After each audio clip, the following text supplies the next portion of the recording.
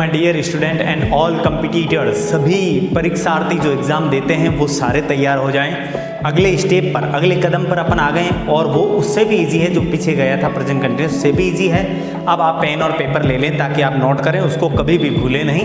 Third step पे अपन आ गए हैं और ये ध्यान रखें, चाहे छोटे से एग्जाम से लेके जहाँ इंग्लिश का यूज़ होता है, जहाँ इंग्लिश के क्वेश्चंस आते हैं, छोटे से एग्जाम से लेके बड़े एग्जाम तक, फर्स्ट ग्रेड से लेके और छोटे से छोटे एग्जाम कोई भी आप ले लें, जहाँ इंग्लिश का पूछा जा रहा है, इंग्लिश के क्वेश्चंस आ रहे हैं, वहाँ पर इस तरह के सेंटेंस, इस तरह के कीवर्ड के अकॉर्डिंग वो सेंटेंस पूछे जाते हैं। अगर आपको ये कीवर्ड आ गए, इसका मतलब आप वो क्वेश्चन सही करने वाले हैं। तो थर्ड स्टेप पे अपन आ गए हैं। थर्ड स्टेप है अपना प्रेजेंट परफेक्ट। अभी ये भी ध्यान रखें आप अच्छी तरह से कि जहाँ पर अपन परफेक्ट को अपन पढ़ रहे हैं, वहाँ पर first third form of the verb, sure उसकी third form of the verb की थर्ड फॉर्म जरूर आएगी, जैसा कि मैंने आपको पिछले वीडियो में बताया था। जहाँ कंटिन्यूस लिखा है वर्ब के साथ आईएनजी जरूर आएगी।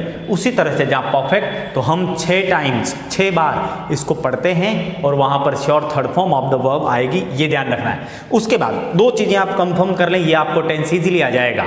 अब देखिए दो चीज़ें कौन सी, एक तो एडवर्बियल्स, इसको अपन कीवर्ड कह सकते हैं, और आइडेंटिफिकेशन वर्ड कह सकते हैं। तो एडवर्बियल्स इसके कौन कौन से हैं, अच्छी तरह से ध्यान रखें। Already, just, recently, lately, just now. देखिए जस्ट के साथ नाउ है, यहाँ जस्ट अकेला है या जस्ट के साथ नाउ है। अब ये ध्यान रखना है कि नाउ अगर अकेला हो तो कौन सा टेंस होगा, प्रेजेंट कंटिन्यूअस, और जस्ट के साथ नाउ है तो प्रेजेंट परफेक्ट होगा, ये ध्यान रखना है।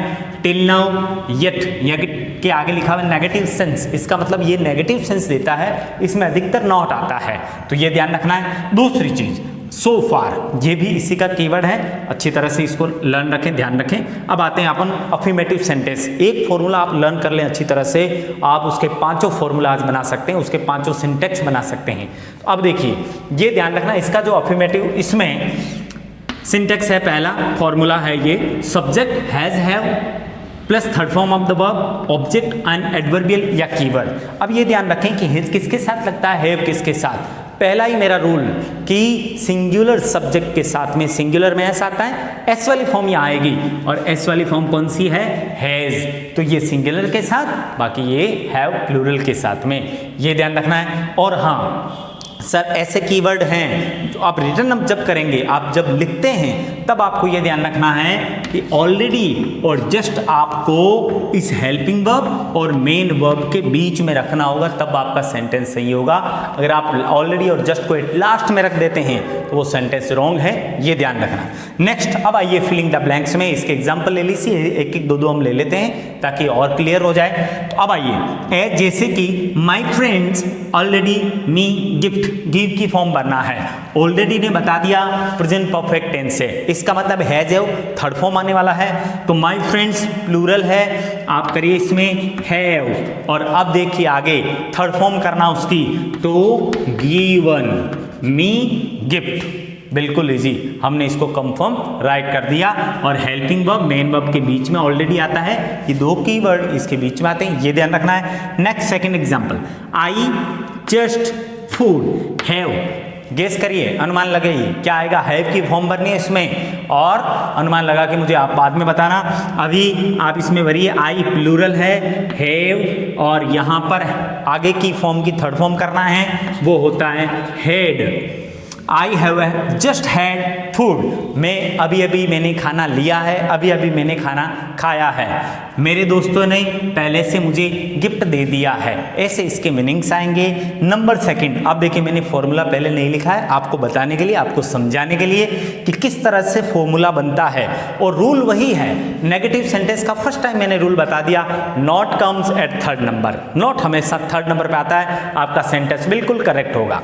आइए अब ये हमारे पास है सिंटेक्स पहला अफर्मेटिव, आप इससे नेगेटिव बना सकते हैं। देखिए बनाते अपन, बोलिए आप साथ में, सब्जेक्ट, अब सेकंड नंबर पे हो गया हैज एंड हैव, ये हो गया, प्लस अब नॉट का रूल होता है, not comes at third number, not third number पे आता है, नॉट, ये आ गया, आपका फॉर्मूला बिल्कुल सही है। और इवन आप जब सेंटेंस लिखेंगे इस तरह से आप यहाँ पर लिखते हैं तो वो भी सही है। यहाँ पर आप एडवर्बियल लिख सकते हैं, कीवर्ड्स लिख सकते हैं, ये आ गया नॉट थर्ड नंबर पे, बिल्कुल करेक्ट होगा। नेक्स्ट अब एग्जाम्पल एक ले लेते हैं अपन, सी एनी बुक येट। मैंने कहा था येट नेगेटिव सेंस में आता है, बिल्कुल नेगेटिव में आया है। तो अब देखिए सी सिंगुलर, एक वचन है, सिंगुलर है, हमें इन दोनों में से एक लगाना है। लगाइए, क्या लगाएंगे आप? लगाएंगे हैज़, फिर नॉट थर्ड नंबर पे आता है, आपने लगा दिया नॉट, फिर उसकी थर्ड फॉर्म लगानी है, तो वो थर्ड फॉर्म होती है bought. She has not bought any book yet, उसने अभी कोई बुक अभी तक नहीं खरीदी है, उसने अभी कोई बुक नहीं खरीदी। इस तरह से इसका मीनिंग आएगा। आगे आ जाइए अगले में, बहुत easy, third number interrogative sentence. Interrogative में पहला ही रूल बता दिया था आपको पहले से कि इंटरगेटिव में हेल्पिंग वर्ब को उठा के आगे रख दें आप। इस अफर्मेटिव फॉर्मूले से आप सारे फॉर्मूला, सारे सिंटेक्स बना सकते हैं। तो क्या करना है? केवल हेल्पिंग वर्ब को आगे रखना है। तो रखिए और बनाइए, हैज एंड हैव, ये हमने उसको निकाल के आगे रखा। देन सब्जेक्ट, क्योंकि अब सब्जेक्ट ही बचेगा। Then third form of the verb, then object and adverbial, keywords कह सकते हैं, और क्वेश्चन मार्क, क्योंकि इट इज इंटरगेटिव, ये इंटरगेटिव है। बन चुका फॉर्मूला। अब इसको आप जो है बना लीजिए, सेंटेंस में फिलिंग द ब्लैंक्स करिए। ये इसका रिसेंटली इस टेंस को बता रहा है। नेक्स्ट, अब देखिए यू प्लूरल हैव, ओके, और उसमें आगे जस्ट बाद में थर्ड फॉर्म आना है। तो eaten milk pudding recently, have you eaten milk pudding recently, क्या तुमने अभी अभी, तुरंत ही, मिल्क पुडिंग क्या होता है? खीर, क्या तुमने अभी अभी खीर खाई है? क्या तुम अभी अभी खीर खा चुके हो? ऐसा इसका मीनिंग आएगा। नेक्स्ट, एक एग्जाम्पल से हमारे समझ में आ गया। Next number 4, interrogative negative sentence. Rule वही, इंटरगेटिव है तो हेल्पिंग वर्ब सबसे पहले, नेगेटिव है it means note third number पे। बन गया आपका फॉर्मूला, बनाइए आप, बोलिए। तो हैज एंड हैव हो गया, प्लस सब्जेक्ट। अब नेगेटिव है it means note third number पे आना है, ये देखिए नोट आ गया यहाँ, plus third form of the verb, plus object, plus adverbial, keyword कुछ भी कह सकते हैं, लास्ट में क्वेश्चन मार्क, क्योंकि इंटरगेटिव है इसलिए। नेक्स्ट, अब देखिए इजीली इसके फिलिंग द ब्लैंक्स कर दीजिए आप। यू हैव प्लूरल आपको लिखना होगा यहाँ हैव। अब 1 2 ये थर्ड, ये आपका सेंटेंस राइट हो गया। आगे जो फॉर्म है उसकी थर्ड फॉर्म लिख दिए, वर्ब की थर्ड फॉर्म। तो seen my wallet just now, have you seen my wallet just now, क्या तुमने अभी अभी मेरा वैलेट यानी पर्स, मेरा पर्स तुमने देखा, मेरा बटुआ तुमने देखा है। इस तरह से इसका मीनिंग हो गया। अगला और लास्ट बिल्कुल इजी, ये भी WH वर्ड के सेंटेंस किस तरह से बनते हैं। सबसे पहले हमें WH वर्ड लिखना है, उस लिखने के बाद में हमें हेल्पिंग वर्ब लगाना होगा। तो ये हमने लगा दी हैज हैव, प्लस यहाँ पर होगा सब्जेक्ट, प्लस अब यहाँ होगा third form of the verb, plus अब ये कोई जरूरी नहीं है कि यहाँ पर ऑब्जेक्ट आए, क्योंकि इसमें ऑब्जेक्ट नहीं है। और को बहुत सारे ऐसे सेंटेंस होते हैं जिसमें ऑब्जेक्ट नहीं भी होता है, हो भी सकता है। तो इस तरह से लास्ट में कीवर्ड तो होगा ही, कीवर्ड बिना टेंस पता नहीं चलेगा। तो अब कीवर्ड यानी कि adverbial, at last question mark, क्योंकि ये W2 वर्ड सेंटेंस है। फिलिंग द ब्लैंक्स, अब करिए filling the blanks. Which subject, Radha, Radha singular तो आपको लगाना होगा हैज। राधा स्टडी की थर्ड फॉर्म लगानी है तो आपको लिखना होगा स्टडीड। वाई हटा के IED लगाने से सेकंड और थर्ड फॉर्म बनता है। सो इजी, कितना आसान था बिल्कुल।